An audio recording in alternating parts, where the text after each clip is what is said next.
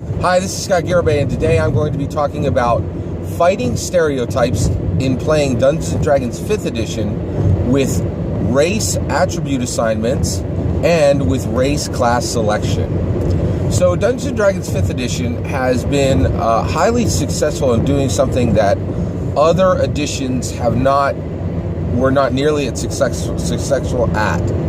And that is fighting stereotypes and being more inclusive for players who are approaching the game. So when you go to Dungeons & Dragons 5th edition, you will find a game that does not contain a single chainmail bikini, right?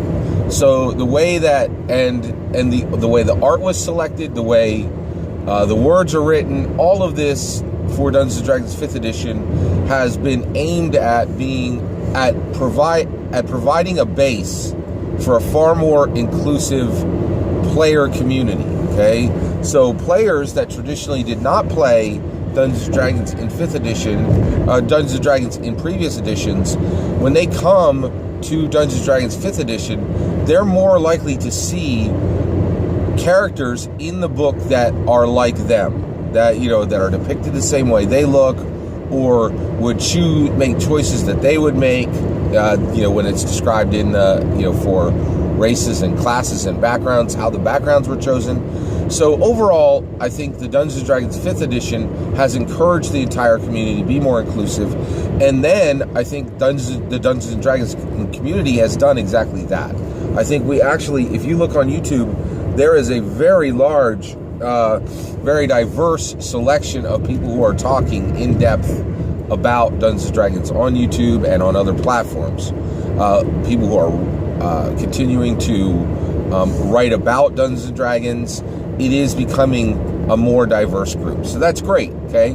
So what I want to talk about today is we've done what we can as players, and there's certainly more to do, but we've strived to make a more inclusive player community, okay? But what I want to talk about today is what are we doing at the table with our race attribute assignments and our race class selections. And here I think there's a gap. There's an inclusivity gap. There's a lot of stereotypes that are still being perpetuated at our game tables through race attribute assignment and through race class selection. All right? Now, so a good example of this, and actually the reason why I thought about this is actually a while ago I wanted to play a cleric, okay? And when I thought about the cleric, I thought, well, what's the best race to pair with that where I'm going to get the best benefits and things like that? And then I stopped myself and said, that's not the most important thing here.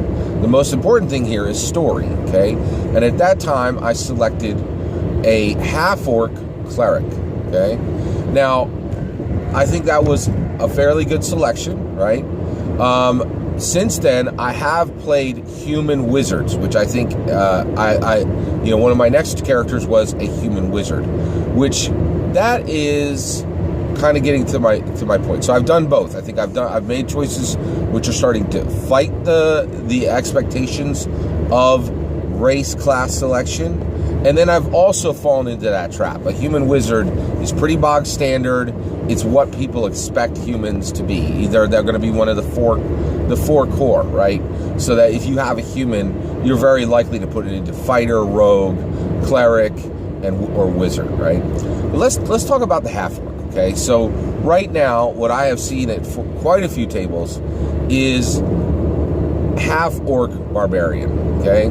And there are players who look at that combination and say, okay, this is a good combination because I'm going to get stat bonuses that aid the barbarian class. I'm going to have stronger physical attributes, and that's going to help the build, right?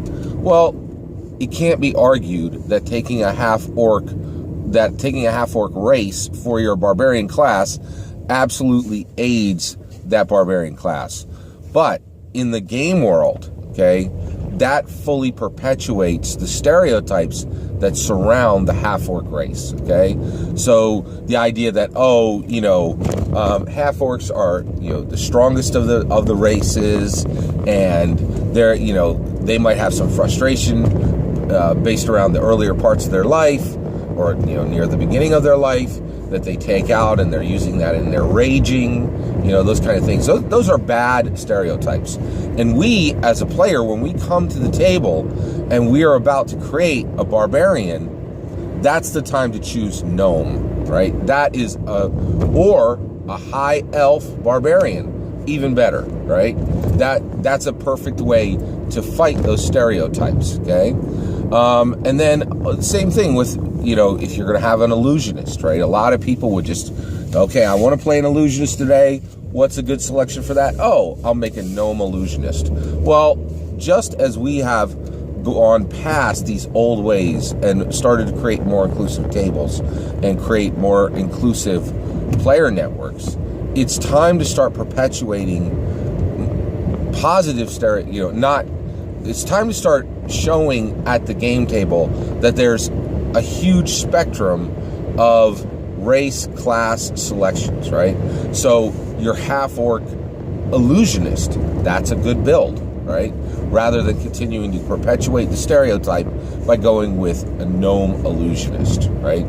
So the reason why I'm talking about this today is there's a lot of players out there who really feel that you should use particular races with particular classes so that you can get the attribute bonus to get a strong build. And that is the last thing we should be thinking about at the table.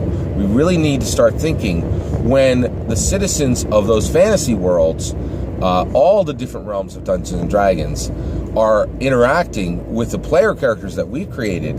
Are those player attribute selections and those player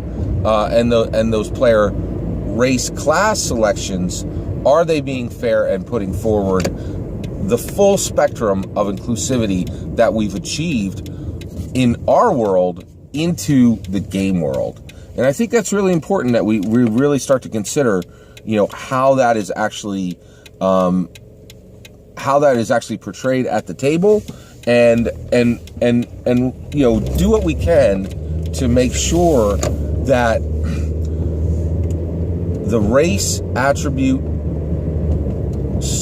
attribute assignments and the race attribute selections, that the first thing we're thinking of is how that is portrayed to the citizens of those fantasy worlds, and not how am I going to get my strongest build. Thank you very much.